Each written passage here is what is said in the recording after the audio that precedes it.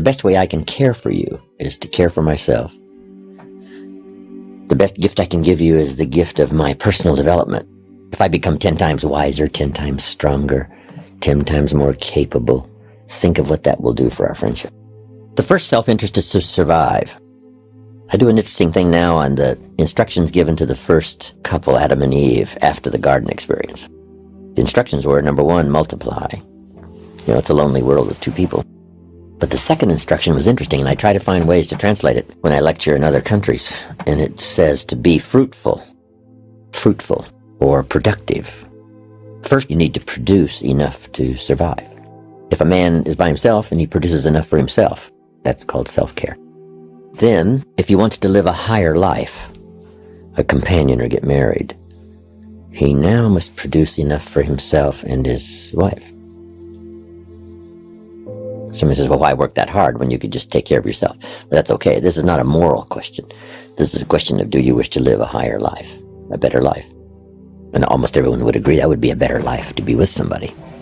But now comes the challenge now to produce enough for 2 instead of for 1. Now they decide to have children. Now the man must figure out a way to produce enough for himself and his family, his children. And the question always is, why do that? Why not just take care of himself? And said, this is self-care. First to survive, then to live a better life. He pays that extra price of producing more than he needs for himself so that he can live a better life. Then the next challenge is that the end of it? And the answer is no. Why wouldn't the man think of ways now to produce more than he needs for himself and his family? And the question is, why work that hard? Why do that? And the answer is to be generous, which is an even higher life. Then I take it 2 more steps. Why not accept the challenge to produce much more than you need for yourself and for your family? Somebody says, well, that's ridiculous. Why do that? You don't understand. It's to live a higher life. Then I take it 1 step further, to produce far more than you need. What a way to live. Extraordinary. It's okay to live an ordinary life and a pretty good life, but how about an extraordinary life? To produce far more than you need for yourself and your children. Suppose you make $10 million a year and you and your family only need $3 million. Some families are more expensive than others, but let's say $3 million would pretty well cover most every family. Now you've got $7 million to give, to share. How about that kind of life? It's called extraordinary. To produce more and far more than you need for yourself. It's best to earn some of that early money in lifestyle. Go to the movies. Take 2 vacations instead of 1. Just some little extra things that now the family gets inspired by this new commitment to earning more and becoming more and making the studies and learning the skills and whatever you have to do. Now you make it more worthwhile for the family by thinking of lifestyle changes that now become very exciting. Go to the concert. My parents said, don't miss anything. Don't miss the play, the music, the songs, the performances, the movie, whatever's happening. At age 93, my father, before he died, if you would have called him at 10:30, 11 o'clock at night, he wouldn't be home. He's at the rodeo, he's at church, he's at the play, the performance, he's watching the kids play softball at age 93. So he did it as well as taught it. Don't miss anything. So those changes in lifestyle. When I started making some extra money, I opened up an account for my wife, and I called it No Questions Asked account. And I said, here is the checkbook for a new account. And it's called No Questions Asked. I'll just keep putting money in there, and you spend it for whatever you wish. It was life-changing. It wasn't a fortune. But she didn't have to ask anymore for money, because I could sense that it was a little embarrassing at times when she had to ask me for money. I thought, well, that's not good. So the first time I get a chance, here's what I'm going to do. And sure enough, I did it. No Questions Asked account. You can't believe what that did. It was absolutely amazing. Anything you can think of that helps to change lifestyle is called making a living, but also making a life. Lifestyle, social friendships, church, community, country, all those things that make a composite of our overall life. You start furnishing that with new vigor, vitality, money, whatever it takes to expand your life into what I call the good life, as well as economics. It doesn't take a lot. How much is a movie, right? Even for a person of modest means, $6 or something. Costs $60 million to make it and only costs $6 to see it. Part of it's just simply priority. Less soft drinks, more movies. Everybody's got the money. The story I tell of the lady who invested the dollar, and now she's a millionaire. So she had the dollar. Depends on where you put it.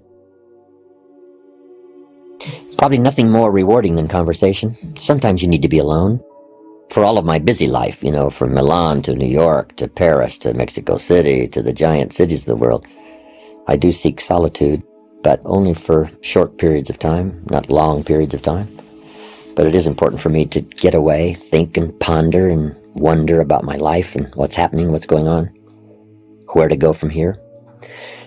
But some of the greatest rewards are in personal conversation. I've got some close friends, some mentors that have been around for the last 50 years for me.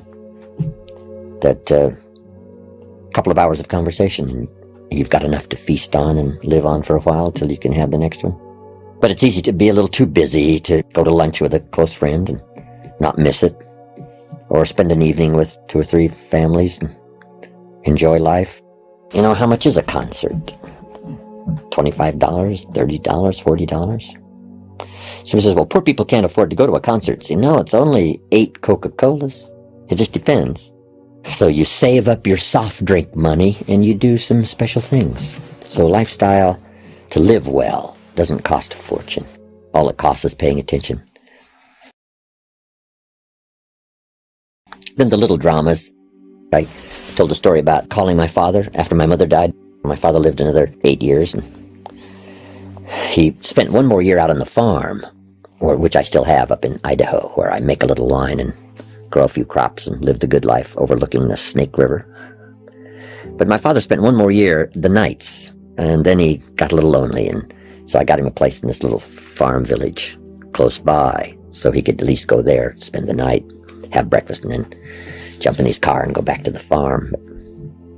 And then there's a place close by called the Decoy Inn, little cafe, where my father most every morning would have breakfast with the farmers. So I'd call him while he's having breakfast. Just takes 10 minutes. Papa, I'm in Israel.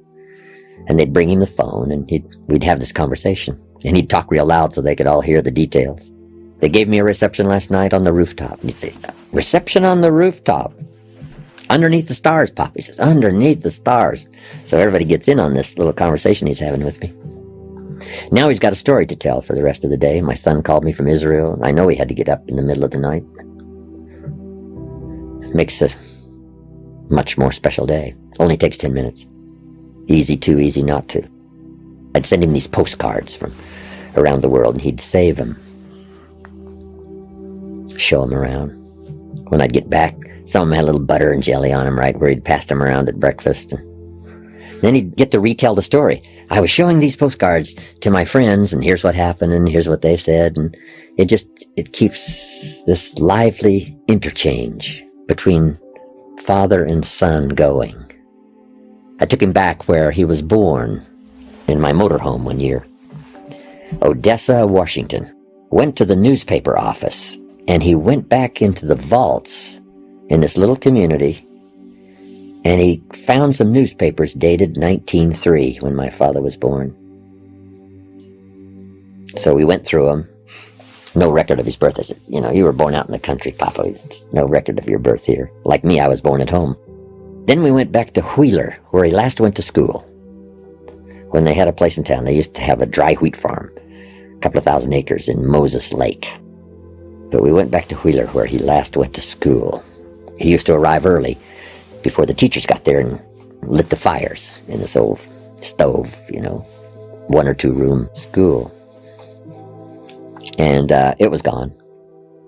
Tried to locate the place where they might have lived and couldn't find it. It's probably gone. The only thing left in Wheeler was a church and a bar. And my dad says, well, that's a pretty good combination. Get messed up in one place and get straightened out in the other. I said, that's good, Papa. Everybody has a different temperament and personality, and it's something that has to be developed, over a period of time. If you're too shy, you should really learn to push that into a small corner and speak up more. If you're a little too loud, maybe you should, calm down just a little bit. But we shouldn't try to just radically become someone else.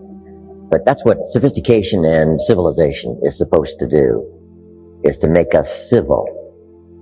And to be civil in a civil society, we all must deal with that dark side of our nature, the positive side of our nature.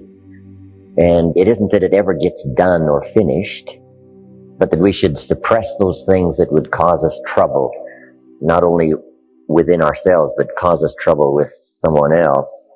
It's a never-ending challenge, but to still always be who you are. But who we are is, you might describe it as dual nature. And the key to life is to become the most of the good in you and the least of the bad. So it's important also to see if you can't work on those things that, are not in your best interest, both in your thinking process and developing your plans for the future, or in your process of working with others, sitting at a conference table or being involved in an enterprise. That's a constant.